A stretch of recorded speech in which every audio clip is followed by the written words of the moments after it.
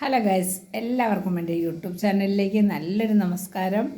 പിന്നെ എൻ്റെ അറിവിൻ്റെ കൂടാരം എന്ന ചാനൽ ഏകദേശം ഒരു 900 സംതിങ് ആയി. ഒരുപാട് സന്തോഷമുണ്ട്. എനിക്ക് ഇത്രയും കുറച്ച് നാളായി ഞാൻ ഇപ്പം വീഡിയോ അധികം ചെയ്യാറില്ല, ഈ ഷൂട്ടിംഗ് ലൊക്കേഷനിലെല്ലാം പോകുന്നത് കൊണ്ട് തന്നെ.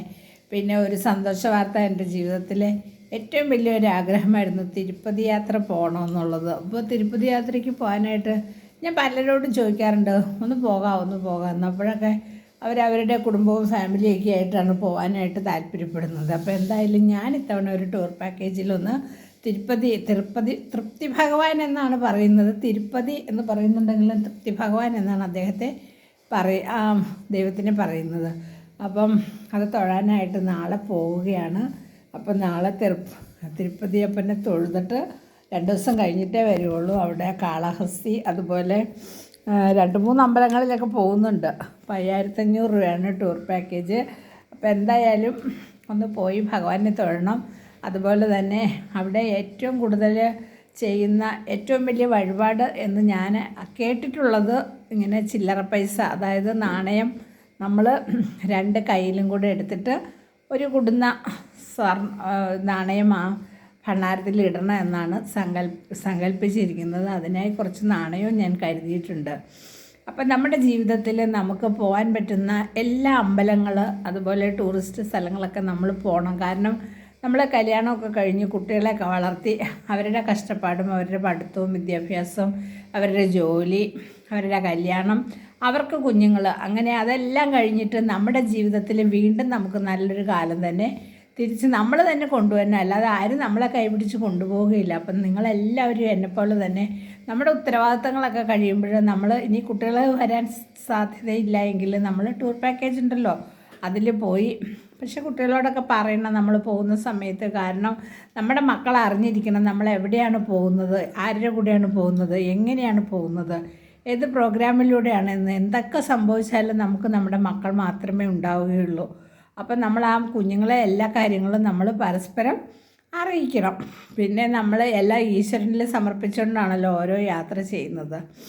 അതേപോലെ തന്നെ തിരുപ്പതി ലഡ്ഡു എന്ന് കേട്ടിട്ടുണ്ട്, അതൊന്ന് കഴിക്കണം. അപ്പോൾ കൊച്ചിലെ എൻ്റെ അമ്മയൊക്കെ പോയിട്ടുണ്ടെന്ന് പറയുന്നുണ്ടെന്ന്. ഞങ്ങളുടെ അമ്മാവനൊക്കെ അവിടെ ആയിരുന്നു, അപ്പം തമിഴ്നാട്ടിലായിരുന്നു. അപ്പോൾ പോയിട്ടുണ്ടെന്ന്. അപ്പോൾ എനിക്ക് ഒരുപാട് നാളത്തെ ആഗ്രഹമാണ് നാളെ എനിക്ക് സാധിക്കാനായിട്ട് പോകുന്നത്. അപ്പം ഞാൻ നിങ്ങളോടത് ഷെയർ ചെയ്യേണ്ടത്, എൻ്റെ എല്ലാ കാര്യങ്ങളും നിങ്ങളോട് ഷെയർ ചെയ്യുന്ന പോലെ തന്നെ ഞാനിങ്ങനെ പോകുന്ന കാര്യം കൂടെ നിങ്ങളെ സസന്തോഷം അറിയിക്കുകയാണ് കേട്ടോ. അതുപോലെ പഴനിയിൽ പല പ്രാവശ്യവും പോയിട്ടുണ്ട്. പിന്നെ ഇനി എനിക്ക് അതുപോലെ തന്നെ നമുക്കെല്ലാവർക്കും അല്ലെ, പൈസ തികഞ്ഞിട്ട് ഒരു സ്ഥലത്തും ഒരു ടൂറിസ്റ്റ് സ്ഥലത്തും പോകാൻ പറ്റില്ല. നമ്മൾ പോകാത്ത സ്ഥലങ്ങളിലെല്ലാം പോകണം. മലേഷ്യ ഒന്ന് പോകണം, കാശ്മീർ എനിക്ക് പോകണമെന്ന് താല്പര്യമില്ല. കാശ്മീർ പോകാനായിട്ട് അടുത്ത ദിവസം എൻ്റെ ഒരു കൂട്ടുകാരി വിളിച്ചതാണ്. പക്ഷേ ഞാൻ പോകുന്നില്ല, കാരണം ഭയങ്കര തണുപ്പാണ് ഗൈസ്. എനിക്ക് തണുപ്പ് പറ്റത്തില്ല. തണുപ്പടിച്ചാൽ ഭയങ്കര കഫക്കെട്ടും ചുമയും, പിന്നെ ഈ ഫാറ്റ് ലിവർ ഉള്ളത് കൊണ്ട് തന്നെ കാലിന് വല്ലാത്ത യൂറിക് ആസിഡ് ഇത്തിരി കൂടുതലാണ്. കാലിന് വല്ലാത്ത പുകച്ചിലും വേദനയും നീരൊക്കെ വരും. അതുകൊണ്ട് പോകുന്നില്ല.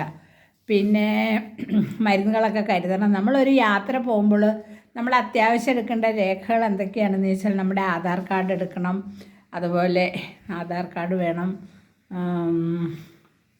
പാൻ കാർഡ് വേണ്ട എന്ന് തോന്നുന്നു, ആധാർ കാർഡ് വേണം. അതുപോലെ തന്നെ ബാക്കി നമുക്ക് ആവശ്യമായ എല്ലാ സാധനങ്ങളും, നമ്മുടെ മരുന്ന്, അതുപോലെ നമുക്ക് തണുപ്പിനും ചൂടിനും പറ്റിയിട്ടുള്ള എല്ലാ സാധനങ്ങളും, അതുപോലെ തന്നെ അങ്ങനെയുള്ള സാധനങ്ങളെല്ലാം കരുതണം.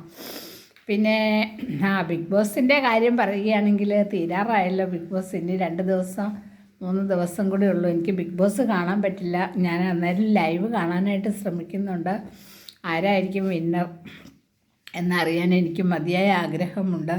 ഒന്നുമില്ലെങ്കിൽ അക്ബറിന് കിട്ടണം, അല്ലെങ്കിൽ ഷാനവാസിക്ക് കിട്ടണമെന്നാണ് എൻ്റെ ഏറ്റവും വലിയ ആഗ്രഹം.